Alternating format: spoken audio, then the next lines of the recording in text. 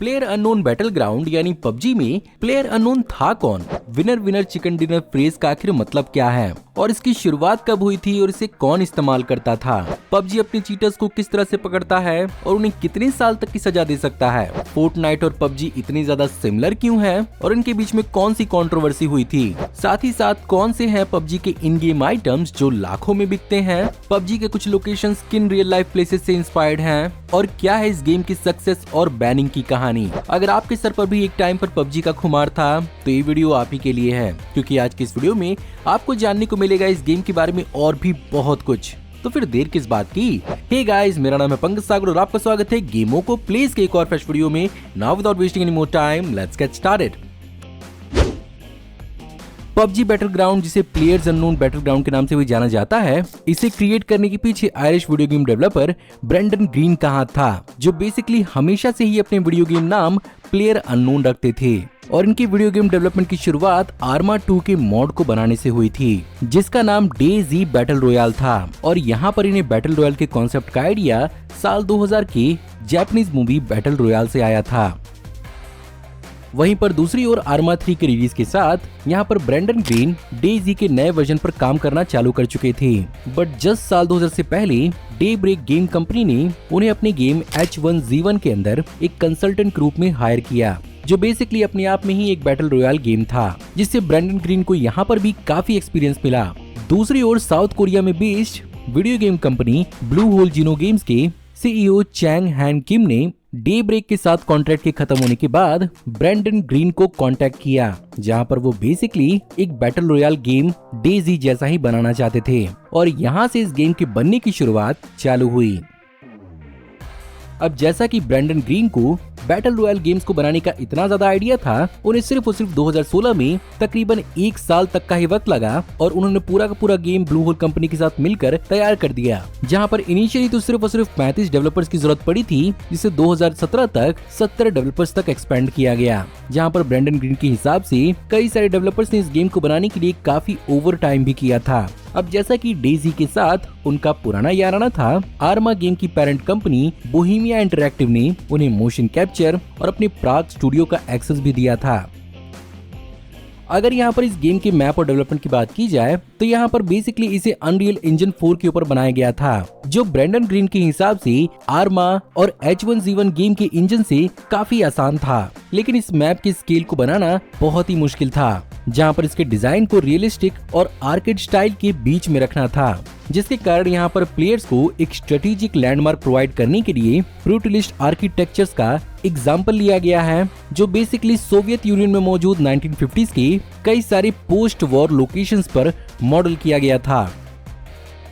अब भले ही real life में आप कोई वेजिटेरियन ही क्यों ना हो, बट आपने पबजी में कई सारे चिकन डिनर किए होंगे। But winner winner chicken dinner क्या सचमुच कोई फ्रेज था जिसे पहले भी इस्तेमाल किया गया है? वेल ऑफ कोर्स ये रियल लाइफ से इंस्पायर्ड है और इसकी शुरुआत साल 1930 के जमाने से हुई थी, जब अमेरिका में ग्रेट डिप्रेशन के दौरान गैम्बलर्स हमेशा एक फुल ऑन चिकन डिनर पर बेट किया करते थे और हारने वाला जीतने वाले को चिकन डिनर कराया करता था। आगे जाकर ये चीज लॉस वेगस के कसिनोज में भी फैली, जहां पर पुराने जमाने में तकरीबन सिर्फ और सिर्फ $2 के अंदर ही चिकन डिनर कराया जाता था, जिसके कारण लॉस वेगस के कई सारे कसिनोज का ये ट्रेडिशन भी बन गया था। फाइनली 80s और 90s के दौरान ये गेमर्स के बीच में एक फ्रेज बन गया और फाइनली इसका इस्तेमाल इस गेम के अंदर किया गया।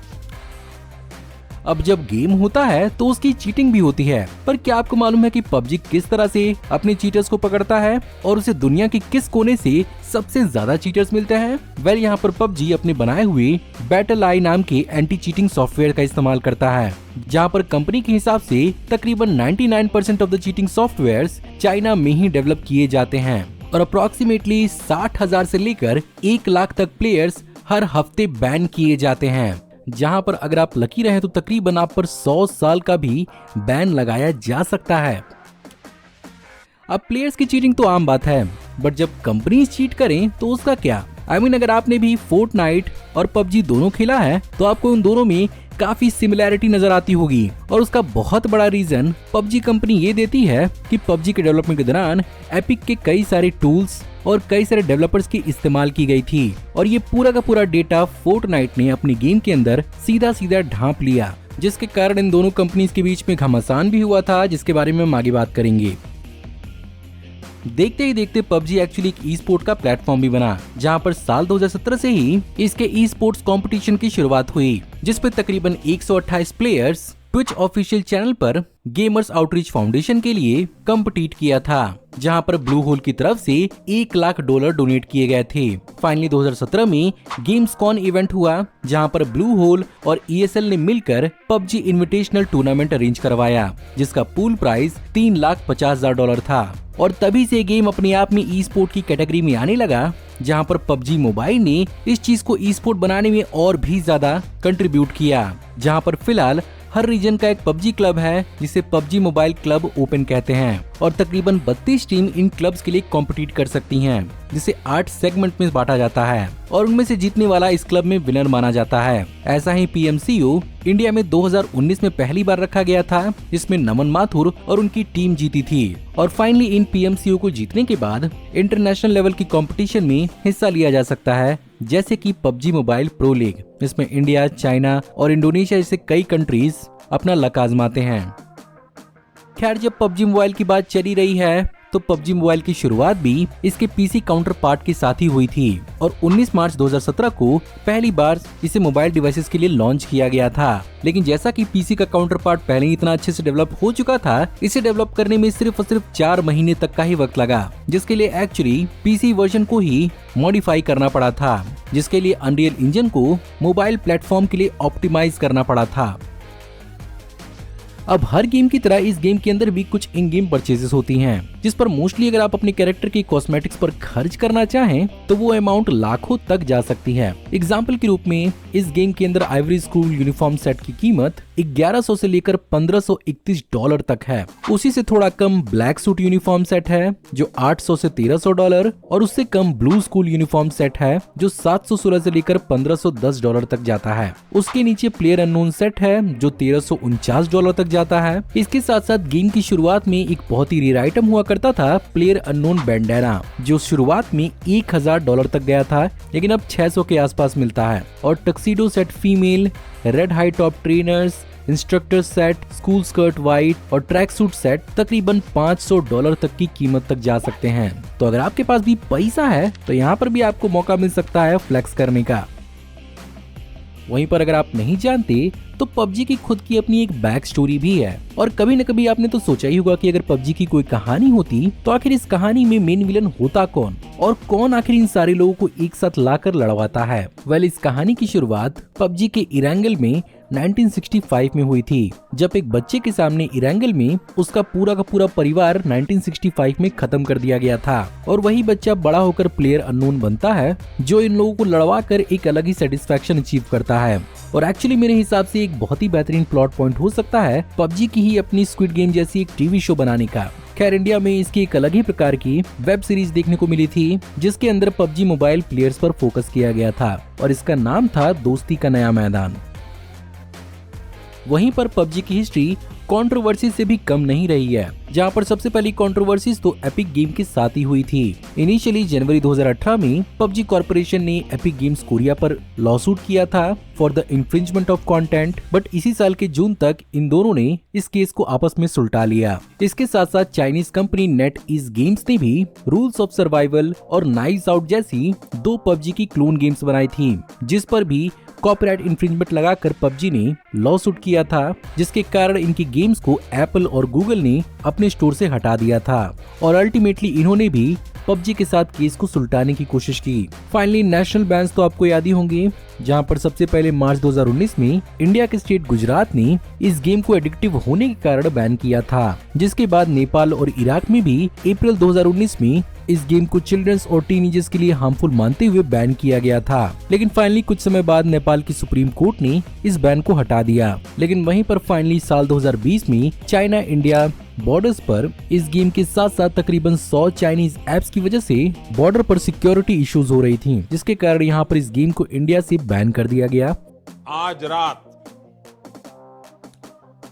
रात 12 बजे से पूरे देश में पबजी बैन हो जाएगा भैया। नाइस।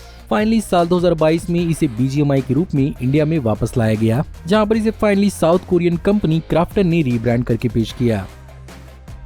अब वैसे तो इस गेम के अंदर बहुत सारी ऐसे लोकेशंस हैं जो रियल लाइफ लोकेशंस पर इंस्पायर्ड हैं। फॉर एग्जांपल इरेंगल को रियल लाइफ चेरनोबिल और रशिया की डिस्ट्रॉयड लोकेशंस पर मॉडल किया गया था। वहीं पर शैनहॉक को रशिया के दागिस्तान माउंटेन्स पर मॉडल किया गया था। वहीं पर यानसा पोलियाना को इसे रसिया के तुला के ईस्ट स्टेट के ऊपर इसका नाम रखा गया था। वहीं पर एक्चुअली फेमस मैप के अंदर मौजूद पुचिंकी भी एग्जिस्ट करती है, जो रियल लाइफ में बेसिकली रशिया के मोर्दोविया में एक इलाका है।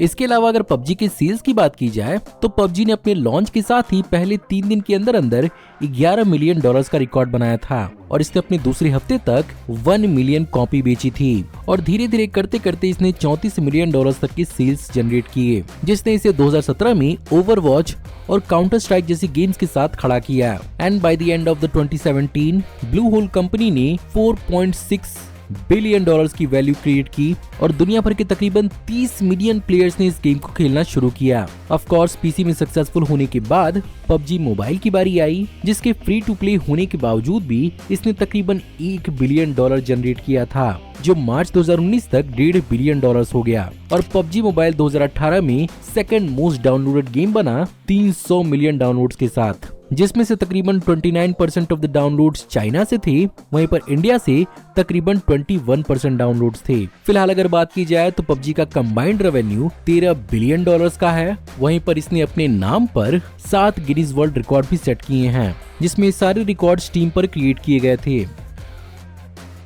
बात करें अगर गेम अवार्ड्स की तो ऑफ कोर्स इतना बड़ा फैन बेस क्रिएट करने के बाद किसी गेम को अवार्ड कैसे नहीं मिलेगा, जिसके कारण साल 2017 में ही इसे 35th गोल्डन जॉयस्टिक अवार्ड्स के अंदर बेस्ट मल्टीप्लेयर गेम और PC game of the year का अवार्ड मिला। वहीं पर द गेम अवार्ड्स 2017 के अंदर इसे बेस्ट मल्टीप्लेयर गेम का अवार्ड मिला। 21st एनुअल DICE अवार्ड्स के अंदर इसे action game of the year और outstanding achievement in online game play का अवार्ड मिला। साथ ही साथ इसे 2019 में Google Play user choice award के अंदर बेस्ट कॉम्पिटिटिव गेम का अवार्ड मिला और 36th गोल्डन जॉयस्टिक अवार्ड के अंदर इसे mobile game of the year का भी अवार्ड मिला था। फाइनली इसे 2022 में ई स्पोर्ट अवार्ड्स मिला, जिसमें E sport mobile game of the year का अवार्ड इसे मिला।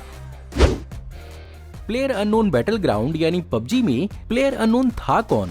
Winner winner chicken dinner phrase का आखिर मतलब क्या है और इसकी शुरुआत कब हुई थी और इसे कौन इस्तेमाल करता था? PUBG अपने चीटर्स को किस तरह से पकड़ता है और उन्हें कितने साल तक की सजा दे सकता है? फोर्टनाइट और PUBG इतने ज्यादा सिमिलर क्यों हैं और इनके बीच में कौन सी कंट्रोवर्सी हुई थी? साथ ही साथ कौन से हैं PUBG के इन गेम आइटम्स जो लाखों में बिकते हैं? PUBG के कुछ लोकेशंस किन रियल लाइफ प्लेसेस से इंस्पायर्ड हैं और क्या है इस गेम की सक्सेस और बैनिंग की कहानी? अगर आपके सर पर भी एक टाइम पर PUBG का खुमार था तो ये वीडियो आप ही के लिए है, क्योंकि आज की इस वीडियो में आपको जानने को मिलेगा इस गेम के बारे में और भी बहुत कुछ।